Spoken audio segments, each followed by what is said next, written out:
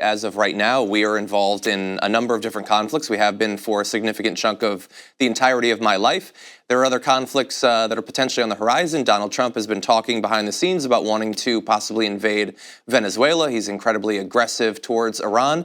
If you win 4 years from now, what will the situation look like in terms of American involvement in conflicts like Yemen, Syria, Afghanistan, Iraq, and these other countries?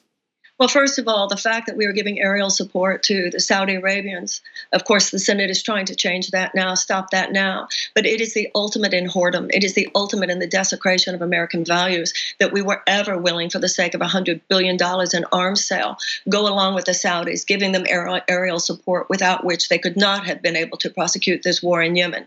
Tens of thousands of Yemenis have died, starved to death, including all those Yemeni children. This is an example of the whole point of my campaign. This is a moral rot underneath this political corruption. When Mike Pompeo said that we could have strategic partnerships with people who do not share our values, he was wrong about that. That means you have sacrificed your values. So I assure you, we would not be participating, conspiring, complicit in such criminal behavior as that war for the sake of any money, much less $100 billion in arms sales. However, the primary conversation that the political establishment is having is simply whether or not we should pull out of places where we are militarily involved now. The conversation has to be bigger than whether or not we pull out of certain military involvement. We still have to face the underlying issues of why we were involved in so many of these things to begin with. And that is the fact that our national defense agenda is based on advocacy for short-term corporate profits for military industrial contractors more than it is on a plan to create world peace. So if we just say, okay, we're going to get out of here, we're going to get out of there, we're going to get out of Afghanistan, we're going to get out of here, that of itself does not solve the problem. You have to cultivate health. You can't just decide what sickness to address. Large groups of desperate people should be seen as a national security risk.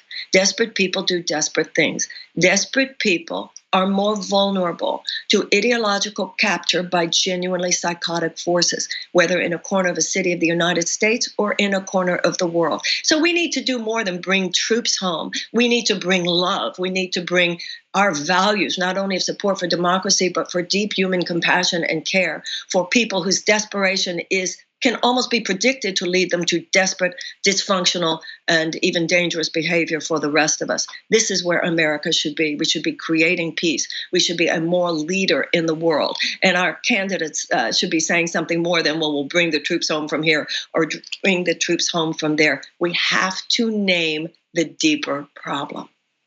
Well, Marianne, I think, you certainly have my interest. I think a lot of our audience is going to find much of what you said very interesting. I look forward to hearing you say in particular what you were talking about in terms of structurally why we end up in many of these conflicts on the debate stage if you end up there.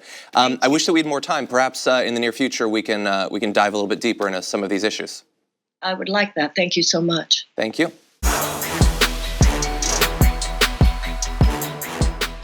Thank you very much for watching this clip from The Damage Report.